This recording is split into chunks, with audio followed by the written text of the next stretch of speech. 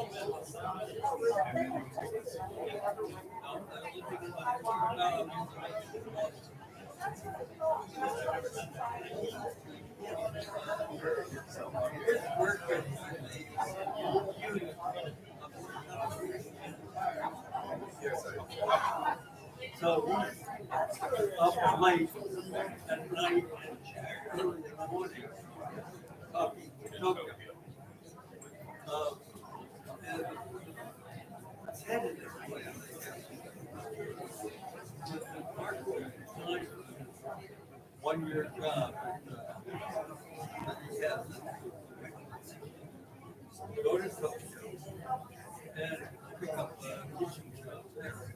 But she's done that before. Al, we have a seat here. Al, we have a seat here. We have a seat. Yeah.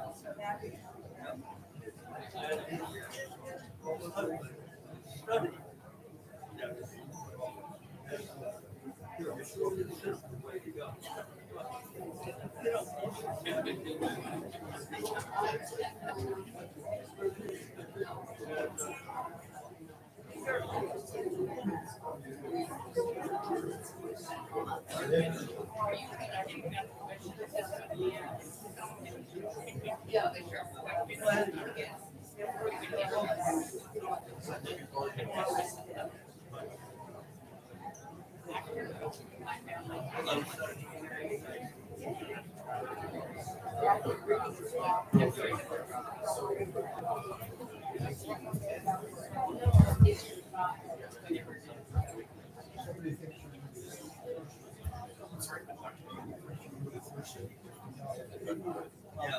Nice. That sounds good.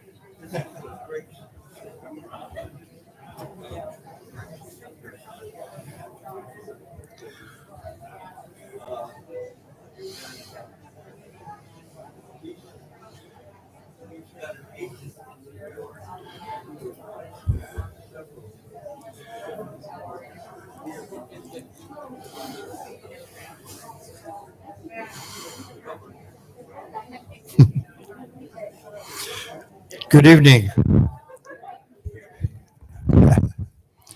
Well, welcome to another in the Brent Scowcroft Memorial Series of Foreign Affairs Talks. I'm Al Anderson, and really delighted to have our guest speaker this evening, a very fine, principled young man who, my young friend Ben, who also studying at the Johns Hopkins SAIS, helped get me the introduction, and he's here also. So and our speaker's wife Rachel is here. Rachel, and so I don't think I need to say very much about our speaker, Alex Vindman. Is kind of, I think we all know a lot about him, or think we know a lot about him, and he'll have a chance to defend himself tonight.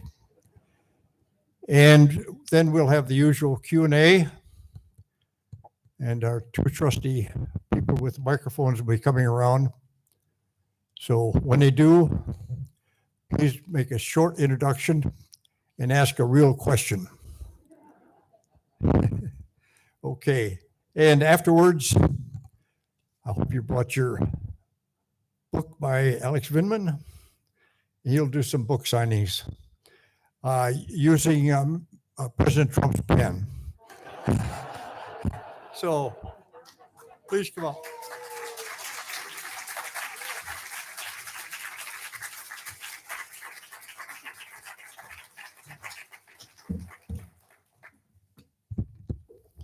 Well, this is by far the largest crowd I've had since all my other events have been virtual. So, what is it? What are you supposed to do? You're supposed to, in order to not be nervous, you're supposed to imagine the audience naked or something. I don't recall. Sorry.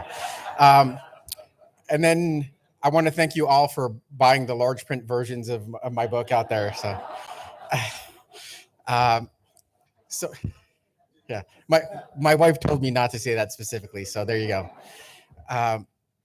Well, I want to say thank you to Alan for inviting me to speak, George Moose for coming here and adding to the angst of speaking to this large crowd, and just one more time to kind of thank you for considering me for really a pretty prestigious opportunity to kind of follow in the mold of Brent Scowcroft and the series and try to serve as an honorable public servant and speak about my experiences. There are, I think where I should probably begin is maybe a little bit on my background, my experience, the things I learned in writing my book, and then probably spend quite a bit of time with this particularly illustrious group, a lot of public servants in here, listening to your much more interesting questions rather than my ramblings, and answer those questions as best as I can. So I was dragged into the public eye reluctantly as a career military officer detailed over from the NSC. And in spite of reluctance in joining the Trump administration, as many of you have experienced, you're called to serve, and you try to step up to your obligations and serve where you're supposed to. So in spite of whatever considerations or concerns I had and the due diligence I conducted in before joining the administration, I joined that team with the intention of helping that administration navigate a very challenging relationship with Russia. And that seemed to be going okay until U.S. domestic politics came into force with a particularly unscrupulous president that put his own self-interest ahead of U.S. national security interests. And that's what I and my fellow public servants were reacting to, this enterprise that had nothing to do with U.S. national security, and more importantly, sought to undermine our democratic elections. And in response to these events, which I reported and I guess initiated the process of what ended up being a presidential impeachment for abuse of power, and testified to that fact, ended up costing me my career. And that was due to a campaign of retaliation, and frankly, I think a government and a defense enterprise that wasn't necessarily prepared to deal with the challenges of a commander in chief that was willing to go to any lengths to achieve his aims. And there were no imaginary shields for uniformed officers or defense that we tend to kind of elevate as our as models and so forth. So I found myself outside of government, and I was trying to figure out what to do.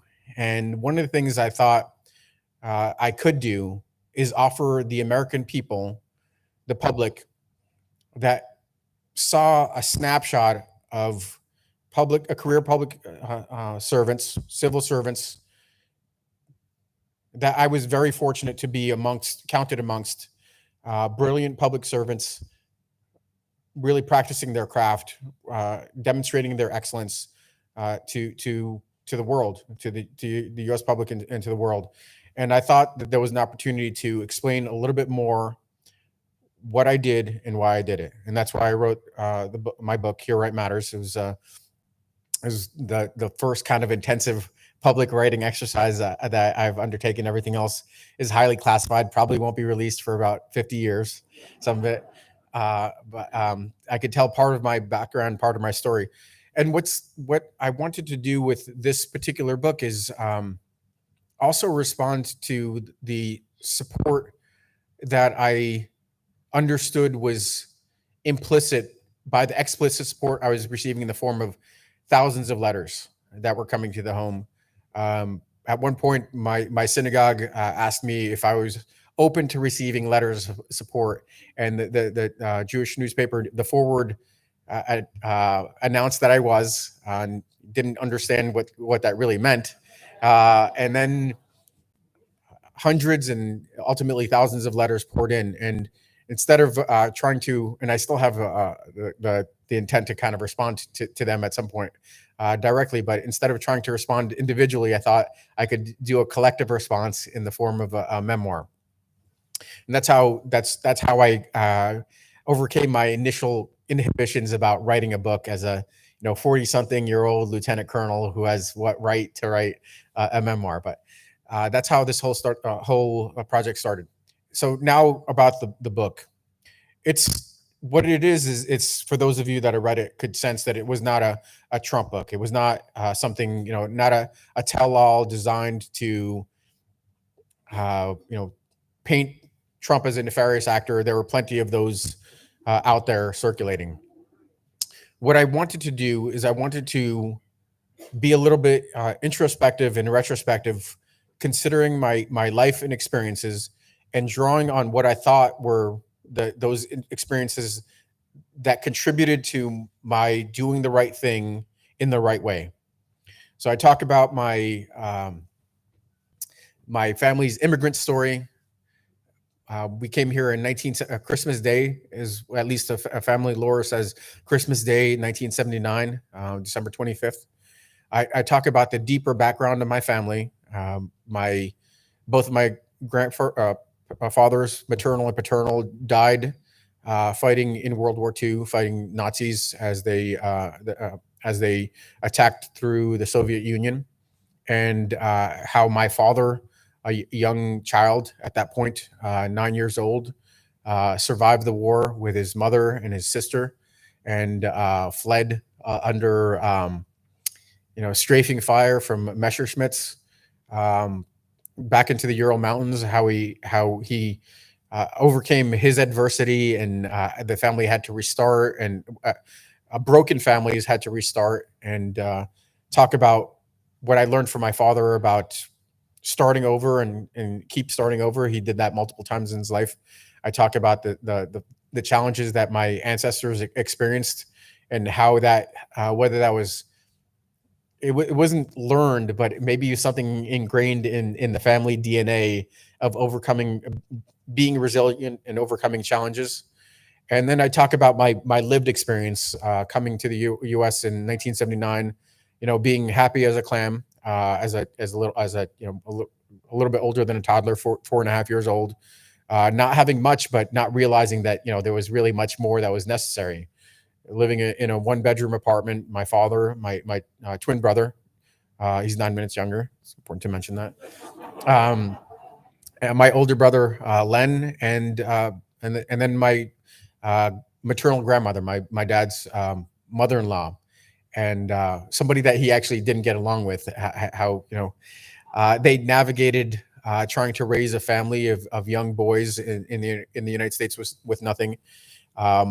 My father, one of the values that I think was most important, and something that I try to instill in my own daughter, shouldn't be understated how much I thought about kind of my daughter and the example I wanted to emulate for my daughter in this.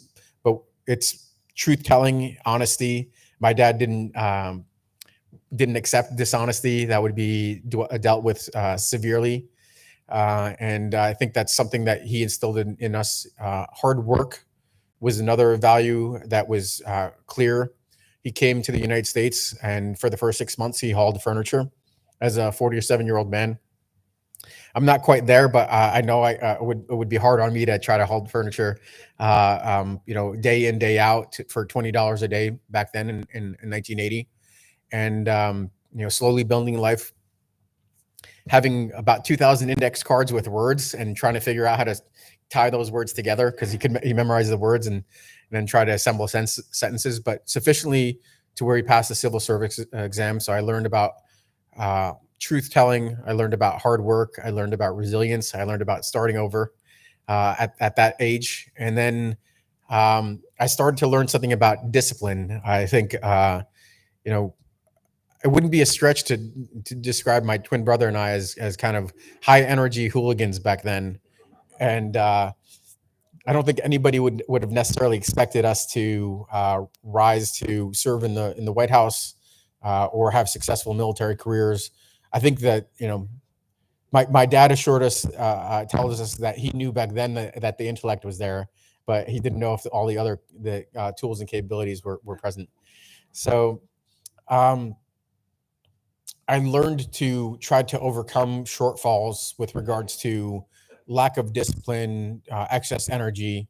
And I think that when I started to think about my career and aspirations, I knew I wanted to do something with regards to service. That's why all my brothers joined and served in the military at one point or another. So I talk about our shared desire for military experience, and also the unbelievable benefit that I secured from my military experience, which was discipline, focus, something that in spite of all the gifts that my father gave me, I didn't necessarily get, and I had to kind of learn on my own.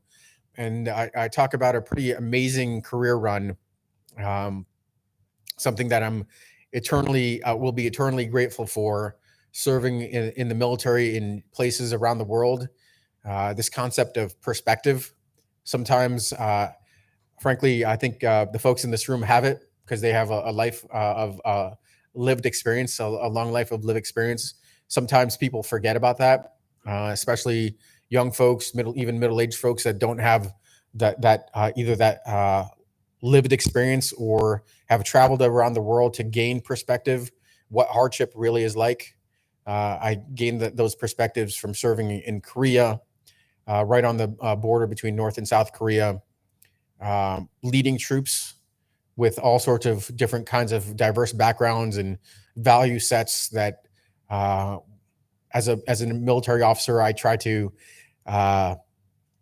blend into the military value set. We have this mnemonic device: leadership, loyalty, duty, respect, selfless service, honor, integrity, personal courage. Basically, trying to practice those myself and train my subordinates to live the same kind of experience. And then what I learned in combat, again, a good dose of perspective. The fact that I could react under the most dangerous and perilous circumstances I could fall back on that ill-disciplined kid that couldn't quite figure out what he was going to do with himself, that he could be trained. I learned that in combat, and that I could respond coolly and calmly to perilous circumstances. And then I also had some pretty unique opportunities to leverage my background and culture. My parents made it a point to speak Russian to us in the home.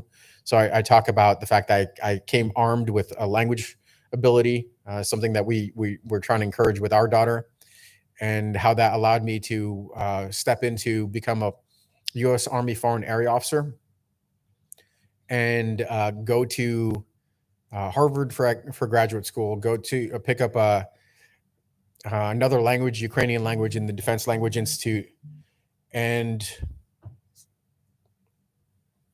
then again, another gift from the military, granted a fairly large budget to go to Eurasia and travel throughout the region to understand exactly what it was I was getting myself into, understand the defense enterprise and diplomacy that the U.S. was conducting in Russia, Ukraine, the Caucasus, every corner of Eurasia.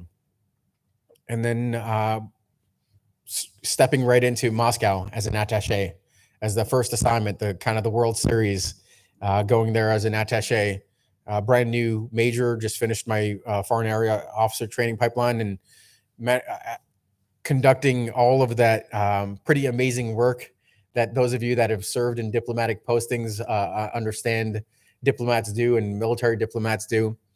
And then from there,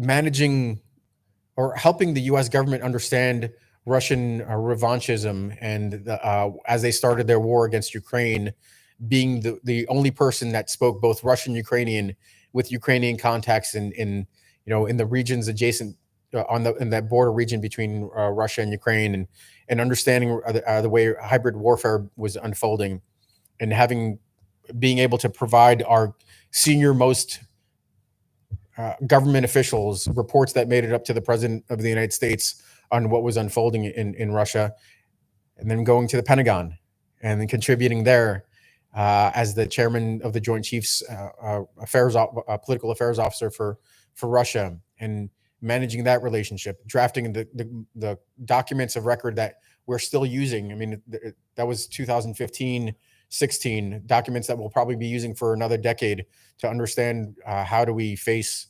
a resurging Russia. And then from there, going to being asked to join the White House and take those strategies and plans that I had developed for the Department of Defense, authored these campaign plan for Russia, and asked to magnify that for the entirety of the U.S. government. That's how I kind of found myself there.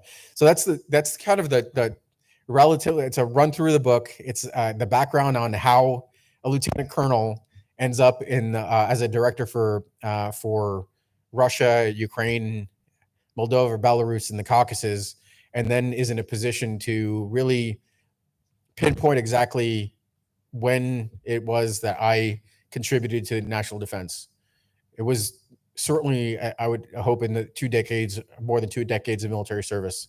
It was, with the shared blood spilled with my fellow officers and soldiers and service members in combat. But I know I could. This is one thing that I don't have to ask myself.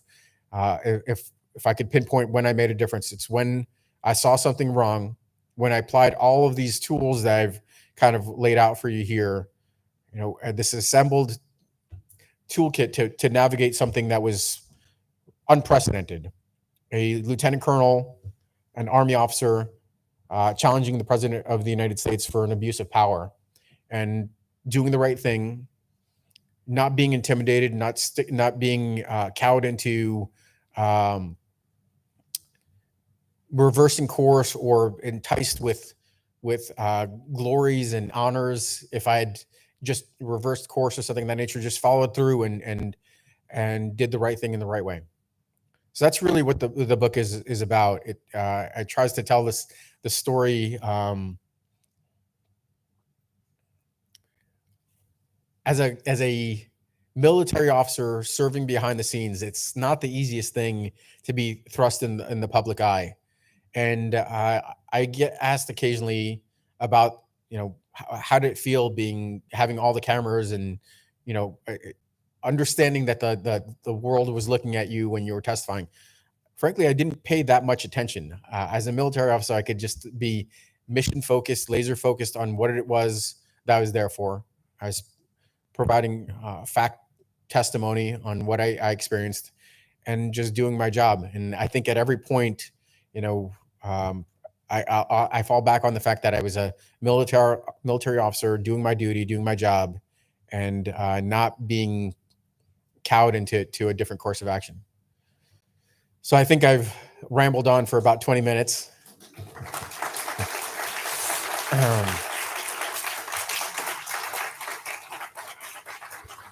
Should we open up to questions, Alan?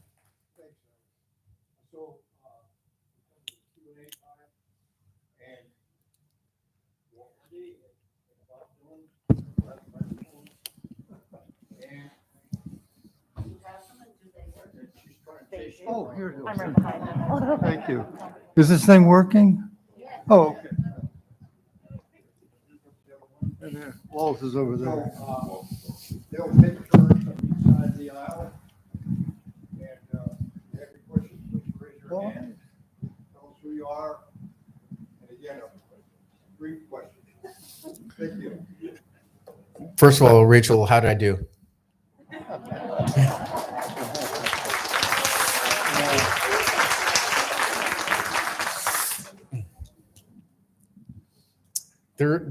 Anything, Frank, I see a question back there, but anything could be geopolitics. My comfort zone is Russia, Ukraine, great power competition.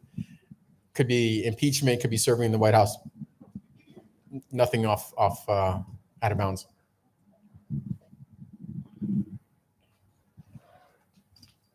You're so young. It's wonderful. Thank you for the honor of being in the presence of courage. I'm sure I've always heard courage is catching. We've got our fingers crossed. Thank you. Thank you.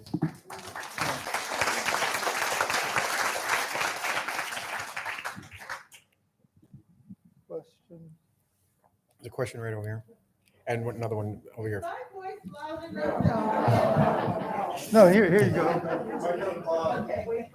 And the next one up is over here, I think, at the front.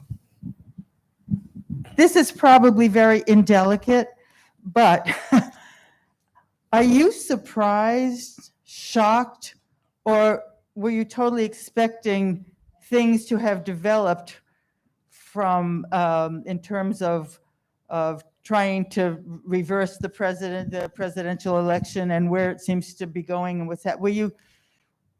Did it come as any surprise or not at all? Well, I think if we stop being shocked at every increasingly kind of exponential transgression, then there's something wrong. There's no way that anybody could have predicted that the Capitol would be attacked, incited by the president's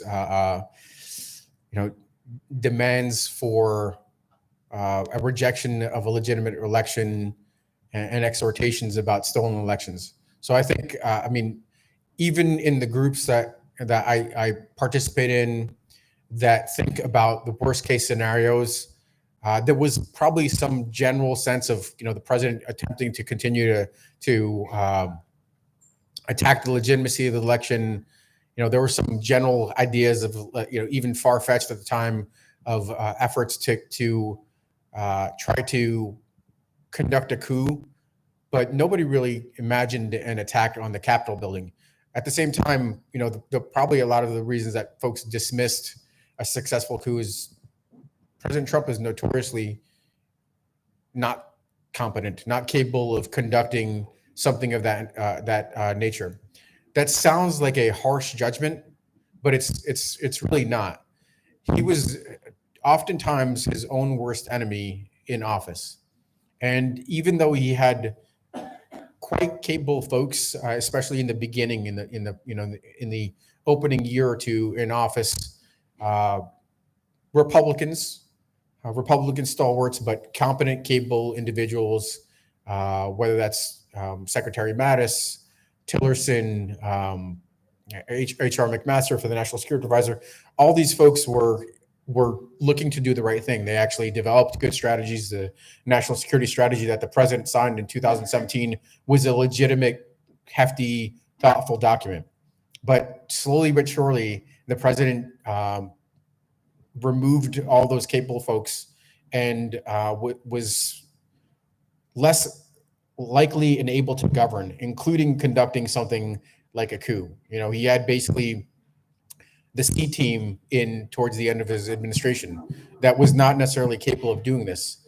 So a person that didn't know any more on his last day in office than he did on his first day in office wasn't necessarily capable, wouldn't have been capable of doing that. But in spite of that, I'd say it was still shocking to see what rhetoric propaganda could do when it's coming from the office of the president, a revered office that carries a lot of weight domestically and overseas, and is able to mobilize segments of the population that are predisposed for the kinds of messages he offers, and are easily activated by, again, reverence for the office of the president. So I think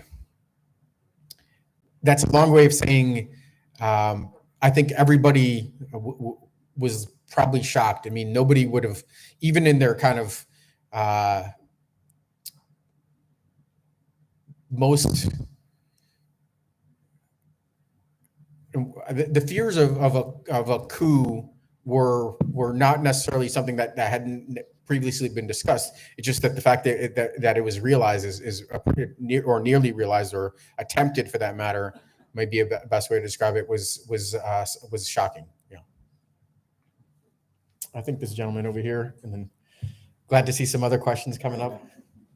And then there's a number of folks up front over here. Thank you for your comments. A military officer presumably is non-political in his role. And how is it that you were not more adequately protected so that you were forced to resign?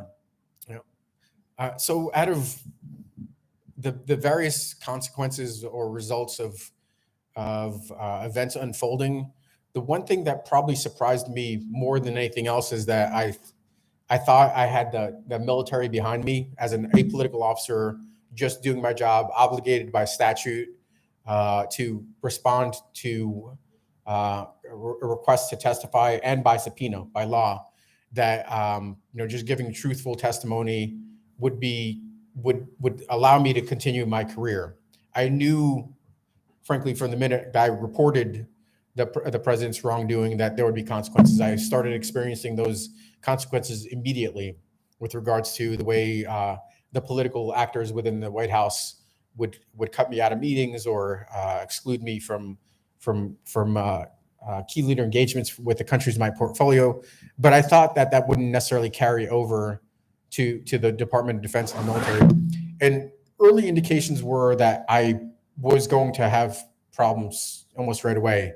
I remember having a couple of conversations with very senior officers and being told that you're basically you're now going to be radioactive and you're not going to be able to continue to serve. Certainly not in the same on the same trajectory, that meteoric career that I was just super fortunate to have up until that point. But I still, to my wife's chagrin, had to test that theory.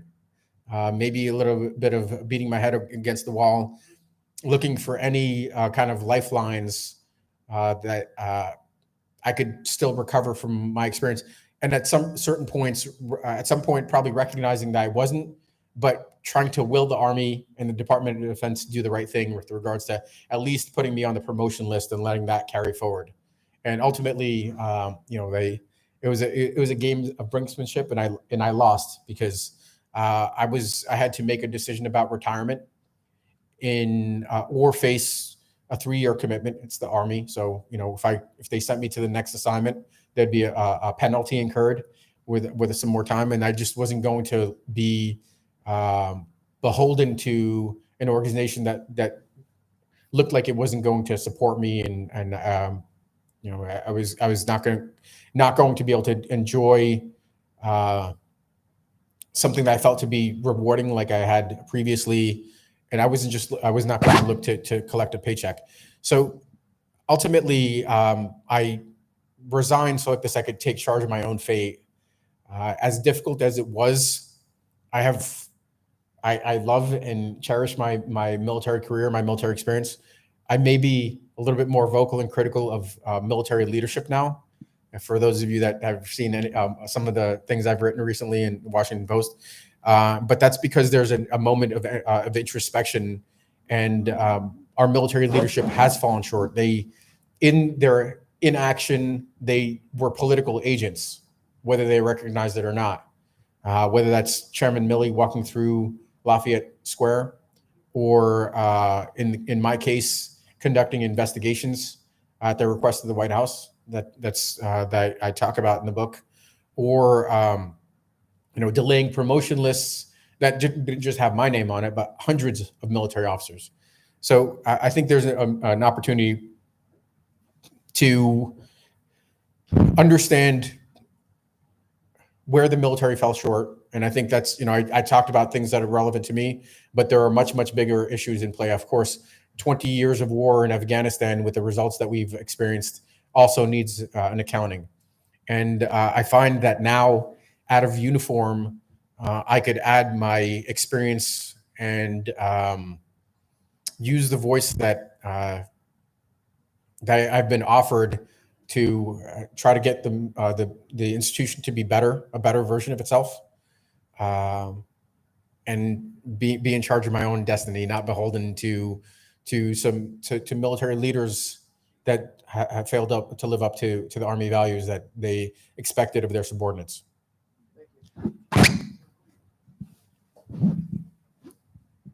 This is in a way a follow-up to the last question. I come from an institution, the State Department, which has some of the same characteristics, I think, including not necessarily having its officers' backs. That raises the question, and I suspect you've thought of this, of how do we instill in people the will and the ability to do what you did, to take those steps? What needs to change in our institutions to include ethical leadership and not just apolitical follow the chain of command? That's an excellent and very difficult question. I think, frankly, one of the things that State Department benefits from is that you actually have a dissent channel. Probably that was very functional all the way up until the recent administration. That dissent channel offered career Foreign Service officers an opportunity to, and I saw this in action on a couple of occasions actually, because I spent a good portion of my foreign area officer career at in country teams or working around country teams. And that's pretty amazing that you could have kind of a formalized channel, maybe the equivalent of a whistleblower channel, but with protections. And I would love to see something like that, I don't know how you would implement it in a hierarchical organization like the military, but it would be interesting to see something like that unfold. I think taking a step back on broader protections for whistleblowers would be critical. And whistleblower protections that don't just protect an individual from retaliation from an organization, but maybe because it's almost bound to happen, whistleblower protections that cover something along the lines of legal bills and fees. If somebody meets the threshold requirement for whistleblower protection, and then maybe even a way to transition into kind of the next phase of your life, because sometimes you burn those bridges and there's just no going back. But sufficiently strong whistleblower protections could encourage people to understand that they have a safety net. I think something like that would be important. Civil society is already moving in this direction with regards to the legal protections, but there needs to be more. People sometimes don't really understand the tumult surrounding whistleblowers and the repercussions they face.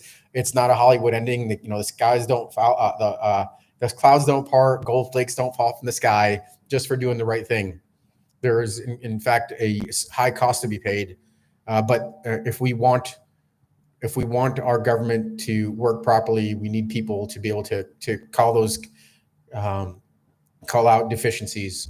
And this is frankly not just a problem for government. Of course, the commercial space needs that. And the metaphor I kind of think about is, imagine a Volkswagen engineer saying, maybe we shouldn't be fudging the numbers on emissions. How many billions of dollars in brand damage would that be? So I think, frankly, we need to spend some more resources talking about ethics and values, talking about the benefits that folks that are willing to come forward and take a principled stand, offer institutions, and something that I guess I try to do on a regular basis. As a matter of fact, when I talk to young folks, I have a spiel. I talk about this idea. There's a way to train yourself to be able to to act ethically, and one of the ways you do that is through community service. You do something that's externally oriented, not on self-service, not something that's immediately beneficial to you, but in doing that repeatedly, you understand that you're training what I refer to as a ethics muscle. And as you incur challenges, or your ethics muscle is flexed in increasingly more significant challenges as you rise through the ranks, you're ready or equipped to respond to those. So I think the training is a huge part of it. I think that's an important principle in your organization, an important principle in my organization. In good corporate culture, it's an important principle also. And we just need to I guess insist on that in the organizations we operate in, and value moral courage. There's several folks. Maybe get to bed a little more. Going back to an earlier answer to a question, which suggested that the president was intellectually challenged and sort of incapable on his own of planning and carrying out the January 6th event, which suggests perhaps he had some assistants. And if he had some assistants, who are these assistors? Where are they now? And what do we do about it? And do we have reason to worry? So I don't have any unique insight into a conspiracy that unfolded, but what I can say is that there are too many folks that see a benefit in pandering to a president to preserve their own political standing. And I think at minimum, you could talk about this as a convergence of interests rather than like a hard conspiracy. But there were plenty of people in Congress, Republican leaders, that believed it served their interest to propagate the big lie, that were potentially even more directly complicit in assisting the insurrectionists. And that's really what we expect our government with the January 6th Commission to uncover. And right now, I mean, it's hard to say where this is going to go. But again, my wife and I, we now have a voice, and this is something that we talk about this is something we are very firm on: accountability. There has to be accountability. There cannot be wishful thinking about this administration, the Biden administration, believing we're in a world where they could return to business as usual. Somehow the last 4 years of Trump didn't exist. We have an open wound that hasn't been dealt with. We have a big lie that continues to be propagated by political leaders that think this is the way that they stay in power or accrue power, and that issue has not been dealt with. So accountability is a pretty important thing to demand. And the other thing is, and I think that the seniors community has been heralded as probably the model for voting and participation. And your participation, your ability to vote in the upcoming election could be really what kind of determines the fate of this state, the state of Virginia. It looks like it might be a tight race. So I would just encourage you to not be complacent. Things might not just go back to normal. Even if it's not for yourself, you have children and grandchildren. Ask yourself, what kind of state do you want them to grow up in, and get engaged and vote. And there's a number of different, that gentleman with the walker up there was. This might not be a fair question, but given the legal troubles of Trump currently, vis-a-vis tax return problems and rigging election problems and the problems with Russia and insurrection and on and on and on, do you think there's enough there that will prevent him from running again next time around, or have you any thoughts on that? I don't, again, this is not, I don't know if I have unique insight. I've been paying attention and studying this a little bit. So maybe like just general analyst skills. I find it hard for him to be a viable candidate in a general election where he keeps divvying up the pie. So he lost by 7 million votes the last time around. And that was before an insurrection where he lost some of that 71 million votes that he did legitimately win. I find it hard to believe that he would be a viable candidate in a general election. Now, could he make it through a primary? Potentially. Can this current administration sufficiently misstep and fall short on accountability and the expectations that 81 million Americans had, where people don't show up and some segment of that 71 million votes that President Trump had sticks with him. So it's a formula of shrunken pie for the Republican side, but maybe low turnout on the part of the Democratic equation. Maybe something of that nature could play out. But it seems to me hard to believe that he would be a viable candidate in going into 2024. That's my general assessment. Yeah, my wife says I'm an incredible optimist, so you can listen. There's a gentleman back there with that has been raising his hand quite a bit. Okay. Yes. Yes. That's fine. All right. We were trying to do left, right, so we didn't quite make it there. Здравствуйте. Здравствуйте. I want to know how important Ukraine considers Crimea particularly Sebastopol. I mean, So I think the fact is there is no candidate in Ukraine that could seek to come to an accommodation with Russia and say and give Ukraine to Russia. You know, say this is fine. We'll accept the fate of Crimea as Russian territory. That would remain viable. It's just impossible for a Ukrainian politician to survive that. And I would also, you know, I'm a student of the region, student of history.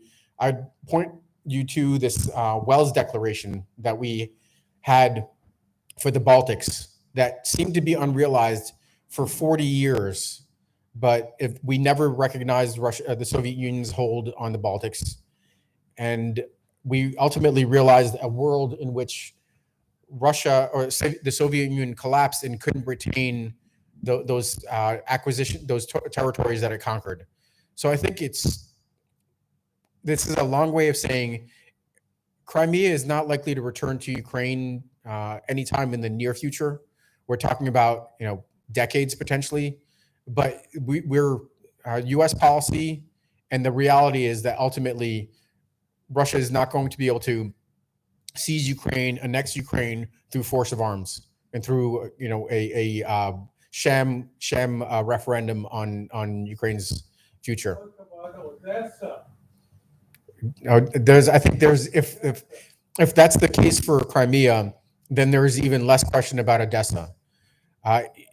For those that have studied the region, in 1991 there was a referendum conducted by the Ukrainian population on whether they wanted to be an independent country, and a massive majority, 90%, it was both an exceptionally high turnout in the high 80s, as well as a result in the 90s for Ukrainian independence. Could you imagine 30 years later any result that would really diverge significantly from that? Even the population in eastern Ukraine, which had a kind of a greater affinity for Russia, not that they considered themselves Russian or they considered themselves less Ukrainian, but they had greater affinity for Russia. They were neighbors. That population is turned against Russia also because Russia has waged war against Ukraine. So it's hard to imagine, you know, in 2014 when Ukraine was at its weakest, Russia did its best to section off portions of Ukraine, and it was successful, annexed Crimea, established a frozen conflict in a portion of Ukraine, Donbass, parts of Luhansk and Donetsk province. But they're not going to make any more ground. As a matter of fact, they've alienated the Ukraine as a potential ally for, you can't say forever, but for decades. That situation is not likely to change. Cool.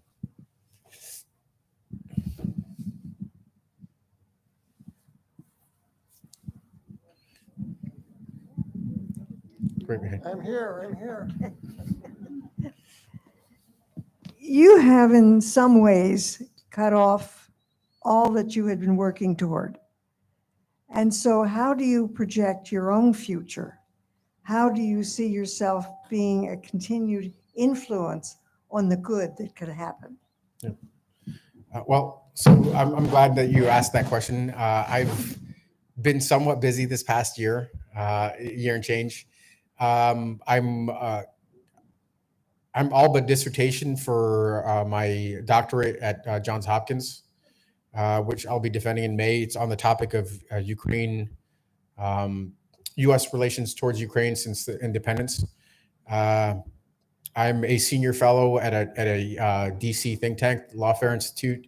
I'm on the board of a non-governmental organization called the Renew Democracy Initiative, which is geared on trying to figure out some solutions on how to strengthen our democracy.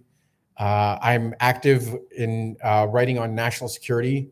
I've been fortunate to probably publish a dozen articles over the past year that have kind of been a virus of sorts infecting the bloodstream of in certain areas and driving conversations, whether that's adding some weight to President Biden's agenda for a democracy summit. I've been a voice in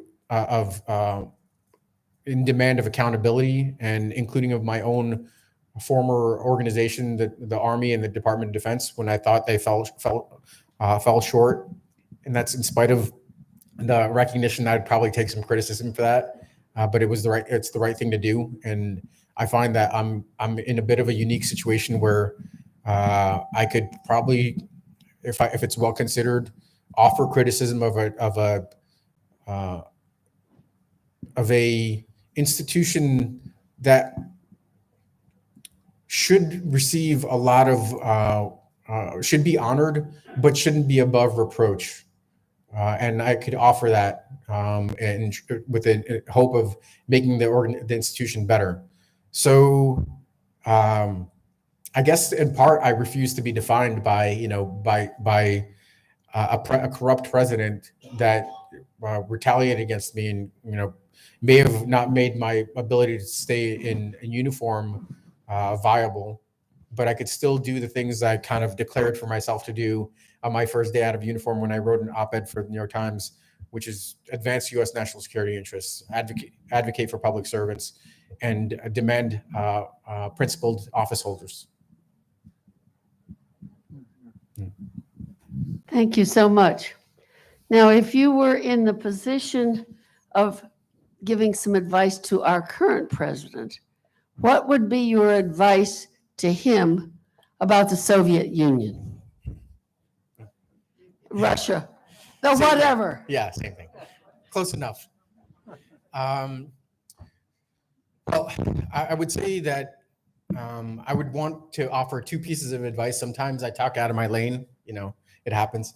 One of those pieces of advice is to understand that there's a appetite and a demand from large swaths of the population, of the U.S. population, for an accountability of the misdeeds and the transgressions of the previous administration.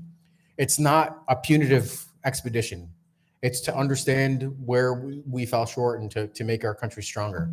So I would encourage President Biden to demand that his departments and agencies pursue accountability.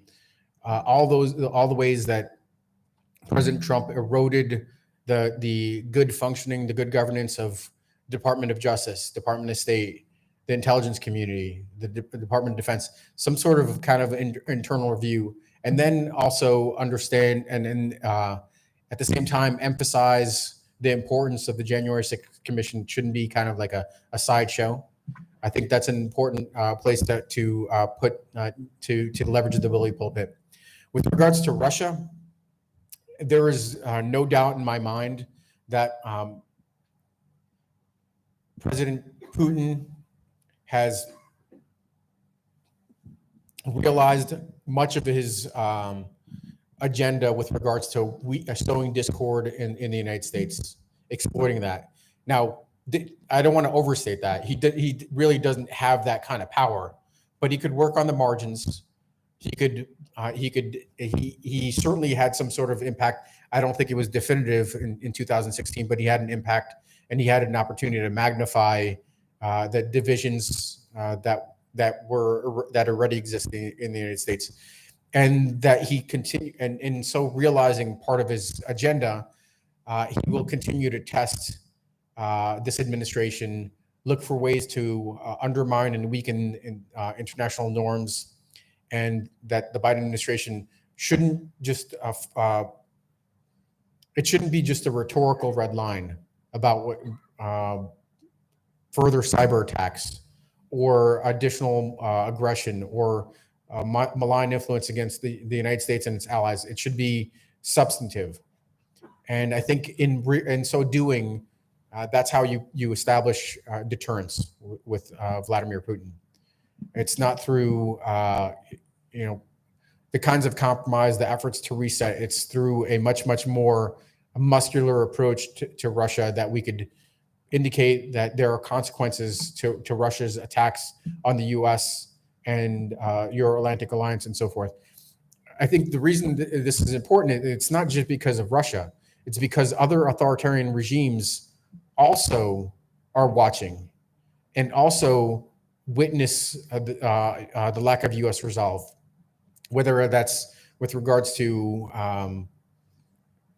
undermining freedom of navigation or and the way that's kind of translated into a more aggressive posture from China in the South China and East China Sea, or excessive claims that Russia has along various portions of its border that Turkey now has in the Eastern Mediterranean. Other countries are watching. So if the U.S. isn't there to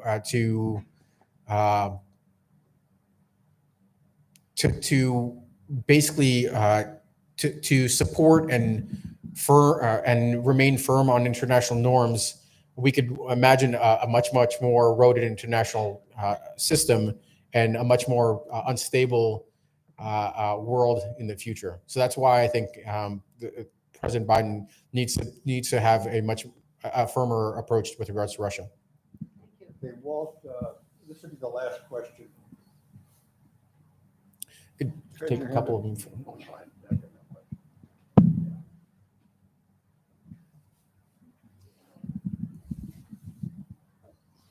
You made to me an interesting case for the fact that at the moment, at least, the Ukrainian politician who tried to compromise the claims to Crimea just couldn't survive. I was wondering if the reverse is true.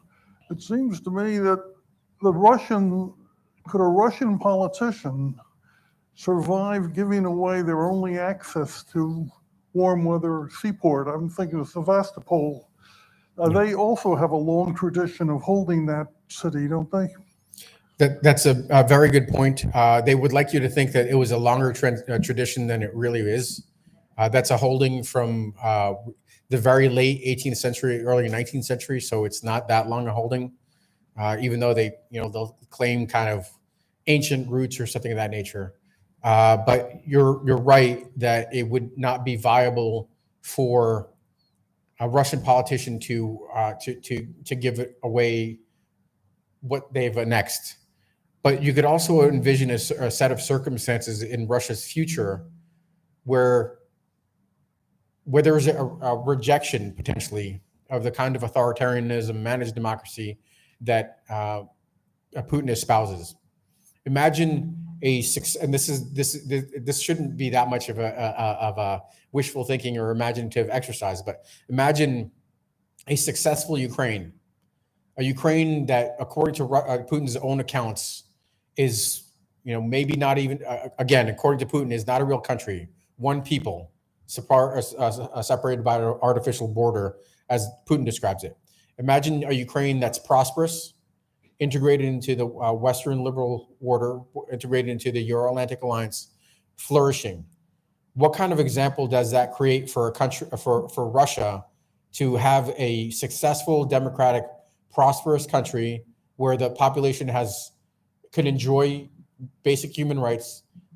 And what does that do for the Russian population? Do they not ask why not us? Why do the Ukrainians kind of our cousins over there have it so good and we don't? This is not the reason that this isn't that far-fetched an exercise, and I'm writing about this for my dissertation. This is much the same way that West Germany posed an interesting example and challenge for East Germany in the Eastern Bloc. Two countries separated by a border, both starting at nothing, but one of them being a prosperous, capitalist, democratic society advancing, and the other one falling further and further back. That made it eventually made it untenable to have a viable GDR, right? And the lengths that the Soviet Union, the Warsaw Pact had to go to prevent people from moving over, we all know very well, were the Iron Curtain, extremely repressive tactics, a security state where, by some accounts, massive swaths of the population were reporting on each other to the intelligence services.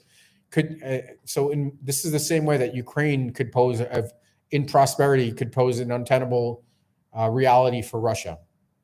And in that kind of reality, when the Russian population, as they've done before, rejected kind of a failed government that's not without precedent that happened a couple times in the 20th century, you could see something like that unfolding, where part of the reconciliation is Crimea returning to Ukrainian control. This is a decades-long enterprise, but that's the reality. Thank you.